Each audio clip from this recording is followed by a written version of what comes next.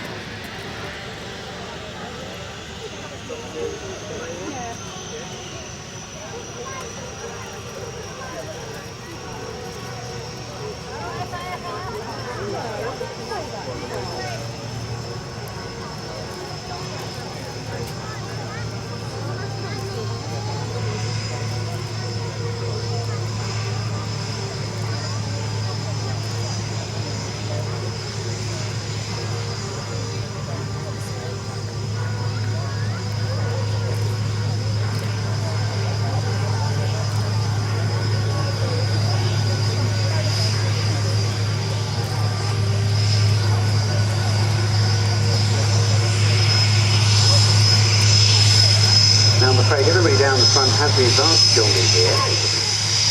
What is going on here? Well, let us imagine that you're being trained in your trade, and with the aircraft trades here, second to none in the Royal Air Force, and so you're being looked after extremely well. But the thing that you don't get here is a big, live, moving jet aircraft with its associated noise and its slight sense of fear and apprehension. Now, if you're up in the ground trades, there you are, you know you're going to be operating and sending these aircraft off on operations, and you know within a few days you're about to be sent to the squadrons where the very first job you'll do is be out on the line looking after the aircraft. So here at Cosford, as you reach the end of your listening to traffic here, just checking what's going on. Right, so bear with me 2 seconds.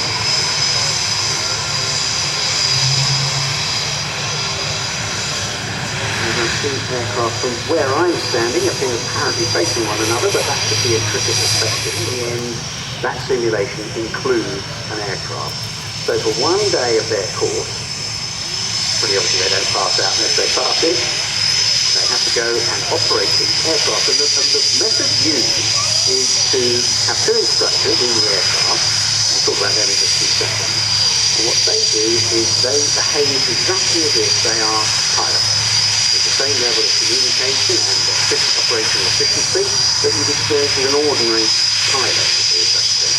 So the principle is that they are there with the aircraft and you behave towards them exactly as if they were operational staff.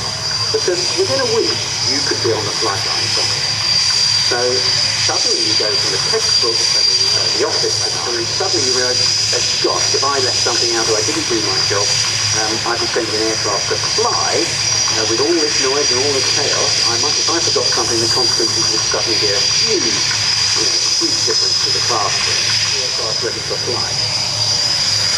And one of the design features of the Jaguar was they wanted it to be able to take off and land on unconventional, or indeed the other text that they run on these aircraft is on the wheels.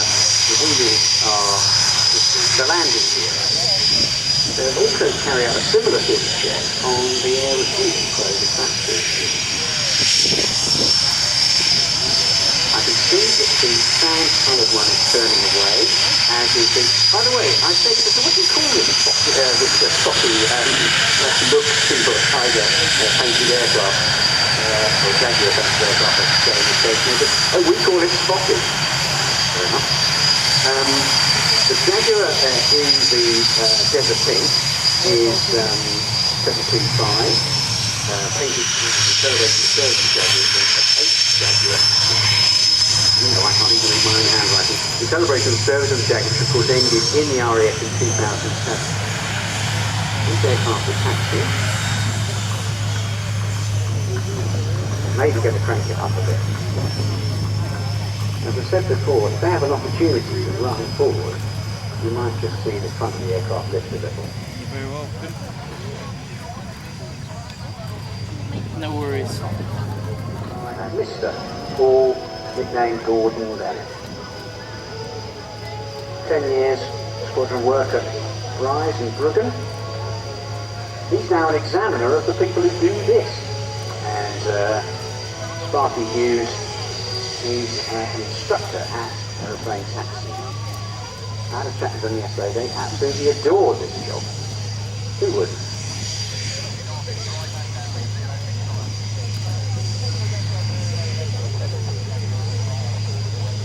You couldn't take a Jaguar off here even if you wanted to, of course, because the runway's too short. And these particular aircraft have the reheats removed. As I said before, they can run them up at 80% of throttle. Lots of noise.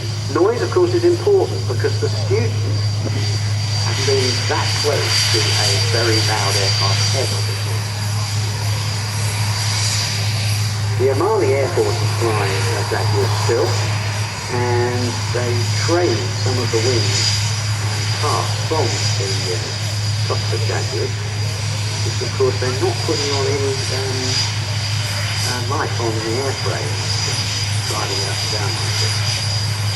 But this is the means by which the RAF trains people who next week might be out there actually sending aircraft off on operational training sorties.